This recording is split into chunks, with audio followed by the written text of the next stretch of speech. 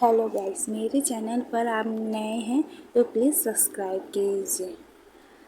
एक राजा की 7 रानी पार्ट 3। वह इतनी जल्दी कैसे लौटा था, और जब उसने सुना कि उसने 13 आँखों को कैसे लाया था और उसे 7 अंधी रानियों को दे दिया, तो वह अपने क्रोध को नियंत्रित नहीं कर सकती। फिर भी उसने अपनी सफलता के साथ मशहूर होने का नाटक किया और कहा कि अगर वह यह कबूतर भी दे तो वह उसे जोगी की अद्भुत गाय के साथ नाम देंगे, जिसका दूध पूरे दिन बहता है और तालाब को एक राजा के रूप में बड़ा बना देता है।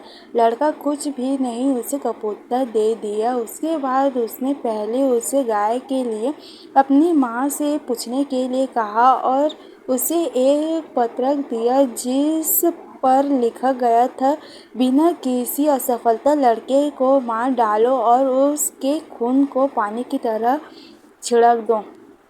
7 रानियों के बेटे के रास्ते देरी का कारण जानने के लिए उसकी होने वाली पत्नी राजकुमारी ने उससे पूछा क्या कारण था देरी का, और उस लड़के ने सफ़ेद रानी के द्वारा दूसरा पत्र जो मित्र था उसको देखकर राजकुमारी उसकी नीयत को समझ गई। इसीलिए उसने फिर पहले की तरह पत्र के शब्द को बदलकर अपने पति को दे दिया, और वह लड़का उस पत्र को लेकर उस कुरूप बुद्धि औरत के पास पहुंचा, उस संकीर्ण घाटी में जो बदसूरत झोपड़ी थी जिसमें उस सफ़ेद हिरनी रानी की माँ रहती थी। उसको पत्र देकर उसने जोगी की सफ़ेद गाय की लड़के ने मांग की, जिसके लिए उसकी माँ मना नहीं कर सकी। लेकिन उसने लड़के ने कहा कि तुम तो उसको पियाओगे कैसे? यह सारी वस्तु को प्राप्त करने के बाद भी संतुष्ट नहीं है। जिस गाय की मांग कर रही है उसकी रक्षा के लिए 18,000 दैत्य को लगाया गया है, और वह हमेशा उस गाय रूपी बहुमूल्य खजाने की रखवाली करते हैं। इसके बाद वह अपनी बेटी की मूर्खता पर अधिक क्रोधित हुई। फिर उस लड़के ने बड़ी बहादुरी के साथ वह सब किया जो उसको करने के लिए कहा गया था। उसने लंबी यात्रा की और काफ़ी समय के बाद उस जोगी के सफ़ेद गाय के पास और उस तालाब के पास पहुंच गया जो गाय के दूध से भरा था, जिसकी रक्षा के लिए वह गाय पर 18,000 दैत्य जुटे हुए थे। वे सब वास्तव में बहुत अधिक खतरनाक और भयानक दिख रहे थे। फिर भी लड़के ने इतने उत्साह को कम नहीं होने दिया। यह अपनी संगति की ध्वनि को बजाता हुआ आगे बढ़ता रहा। न बाएं देखा न दाएं, वह सीधा ही चलता रहा। इसके बाद वह सीधा जोगी की गाय के पास पहुंच गया। सफ़ेद लंबी गाय को बहुत सुंदर और अलौकिक थी, जो स्वयं वह पर तैनात सभी दैत्य का राजा था, जो उस गाय के पास बैठकर दिन रात उसको दूहा करता था, और दूध उस गाय के धन से झरते हुए सीधे सफ़ेद तालाब में जाता था, जो पूरा दूध से लबालब भरा हुआ था। जोगी ने उस लड़के को वहाँ देख कर कर्कश आवाज़ में कहा कि तुम्हें यहाँ क्या चाहिए? लड़के ने वही कहा जो उस वृद्ध औरत ने उसे समझाया था। उस लड़के ने कहा कि मुझे तुम्हारी चमड़ी चाहिए। राजा इंद्र के नगाड़े को बनाने के लिए उन्होंने कहा कि तुम्हारी चमड़ी उनके नगाड़े के लिए अति उत्तम है।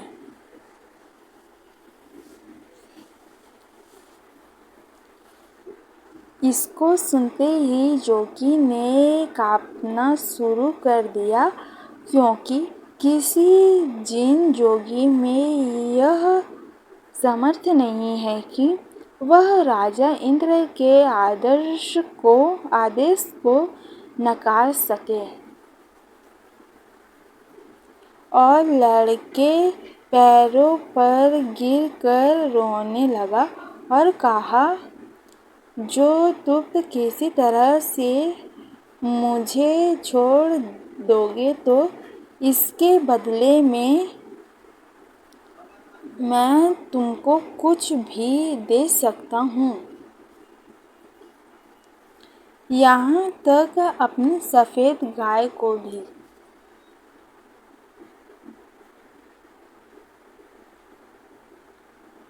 इस पर 7 रानियों का बेटा थोड़ा हिचकिचाने का बहाना किया। प्लीज़ मेरे चैनल को सब्सक्राइब करो, प्लीज़ मेरे चैनल को सब्सक्राइब करो। और अंत में तैयार हो गया। चलो कोई बात नहीं, यह कोई मेरे लिए बहुत मुश्किल कार्य नहीं है। जोगी की चमड़ी की तरह कहीं से भी सफ़ेद चमड़ी को तलाशना, मैं तलाश कर उसको तुम्हारी चमड़ी के नाम पर राजा इंद्र के पास पहुंचा दूंगा। मेरे चैनल को सब्सक्राइब करो, मेरे चैनल में नए आए हैं वो लोग सब्सक्राइब करो। इस तरह से उसने उस सुंदर सफ़ेद गाय को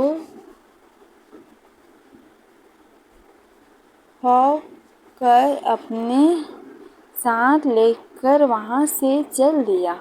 और वहाँ सारे खड़े होकर उसका मुँह देखते रहे, क्योंकि उन सबको राजा इंद्र के क्रोध का बहुत भय था।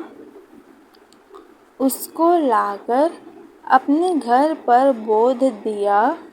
बांध दिया, जिससे उसकी 7 माँओं को बहुत आनंद हुआ। वह सब उससे सुबह से शाम तक उस गाय का दूध नहीं रोक सका। ऐसा करते ही एक कबूतर उसका शिकार ही होकर सफ़ेद रानी के महल के खिड़की के बाहर लुढ़कते हुए गिरा, जिसको देखने के लिए सफ़ेद रानी ने अपनी खिड़की से बाहर झाँका और उसकी निगाह फिर 7 रानी के बेटे पर पहुँच गई। वह अंदर ही अंदर बहुत अधिक क्रोधित होते हुए वह पहले से और अधिक सफ़ेद हो गई। क्रोध के साथ उसने थूका और उसने उसे अपने पास बुलाया और उससे पूछा कि वह वापस कैसे आ गया। जब उसने सुना कि उसकी माँ ने उस लड़के साथ कितनी विनम्रता के साथ व्यवहार किया और उसके कार्य को सिद्ध करने में सहयोग किया, यह सब सुनकर वह अंदर ही अंदर कूटती रही, लेकिन उसके अपने चेहरे से व्यक्त नहीं होने दिया। इसके बदले उसने बड़े प्रेम से मुस्कुराते हुए कहा, यह तो बहुत अच्छी बात है कि तुमने वह जोगी की सफ़ेद गाय को प्राप्त कर लिया है। इसके साथ उसने कहा कि यह कबूतर मुझको दो, इसके बदले में मैं तुम्हें लाखों टन चावल, एक रात पैदा होने वाले चावले बीज को पाने का रास्ता बताऊंगी। बेशक इसको सुनकर लड़का पहले से अधिक प्रसन्न हुआ। इस बात के साथ उसने उस कबूतर को उस सफ़ेद रानी के हवाले कर दिया और इससे पहले उस रानी ने एक पत्र लिखकर उस लड़के को दिया, जिसमें लिखा, इस लड़के को मार डालो और कभी असफल मत होना और इसके खून को पानी की तरह से बहा दो। मेरे चैनल को सब्सक्राइब करो, मेरे चैनल को सब्सक्राइब करो, मेरे चैनल को सब्सक्राइब करो, मेरे चैनल को सब्सक्राइब करो, मेरे चैनल को सब्सक्राइब करो। सबसे लंबी फसल के पेड़ को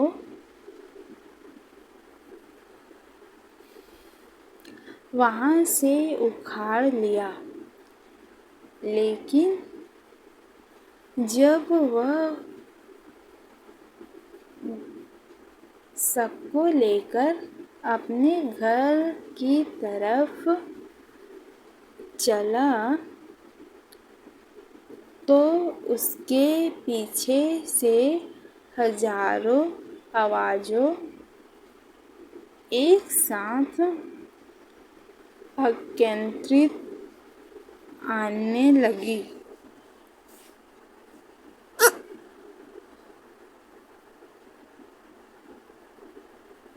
रोते हुए उसकी तरफ झुकती हुई और यह कहते हुए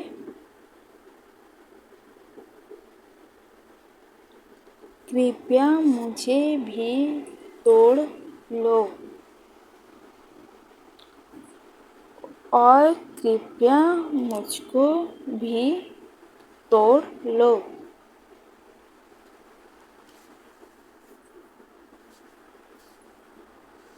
और लड़के ने पीछे मुड़कर देखा। इसके साथ उसकी शरीर तुरंत थोड़ी सी राख के ढेर में परिवर्तित हो गई।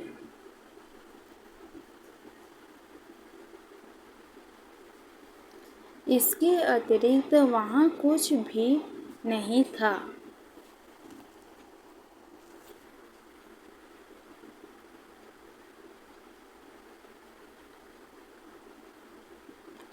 जब तक बहुत अधिक समय बीत गया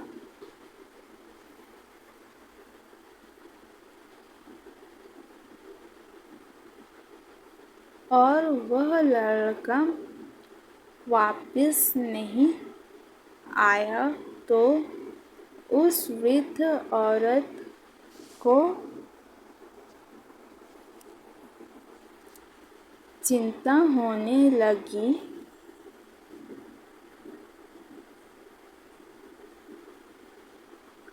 जो संकीर्ण घाटियों के मध्य छोटे से बदसूरत झोपड़े में रहती थी। फिर उसे याद आया जो उसकी बेटी ने छोड़ दूंगी और अपनी दयालुता पर प्रायश्चित करूंगी।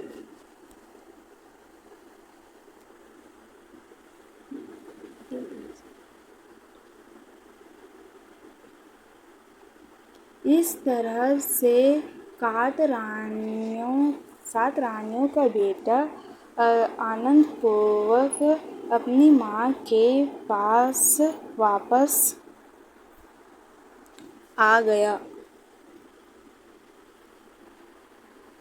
और अपने साथ जो लाखों टन चावल के दाने को एक रात में तैयार कर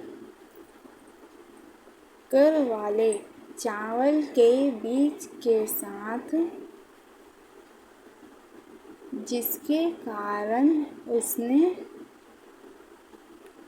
बहुत जल्दी ही बहुत बड़ी मात्रा में धन को पैदा करने लगा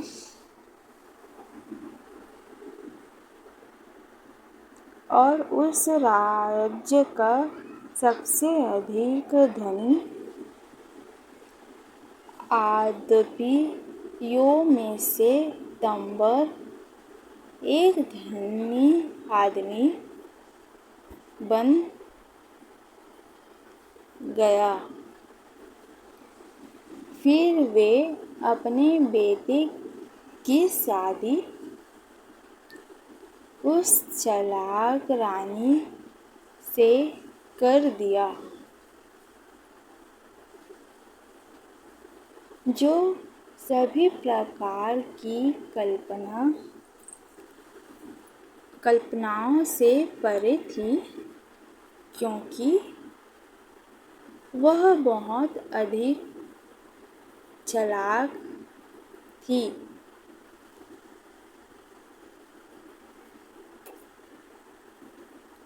उसने स्वयं तब तक चैन से न रही जब तक उसने नहीं जान लिया कि उसके पति का पिता कौन है, और स्वीकार कर लिया। लेकिन जब वह महल में प्रवेश किया और यह सब देखकर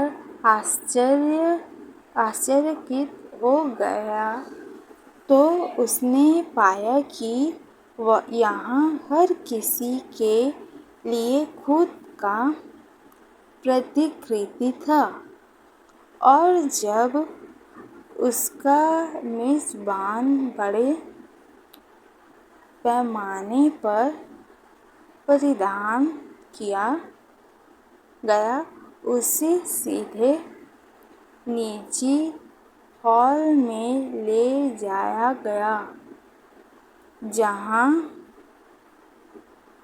शाही सिंहासन 7 रानियों में बैठी थी। उसने आखिरी बार उन्हें देखा था। वह आश्चर्यचकित था जब तक कि राजकुमार आगे नहीं आ रहा था। वह खुद को राजा के पैरों को पकड़ लिया और पूरी कहानी उसे बताया। तब राजा अपने जादू से अचंभित और उसका क्रोध दुष्ट सफेद हिरण है कि उसे इतने लंबे समय तक, जब तक वह खुद को शामिल नहीं कर सकता था, उसके खिलाफ हो गया। इसीलिए उसे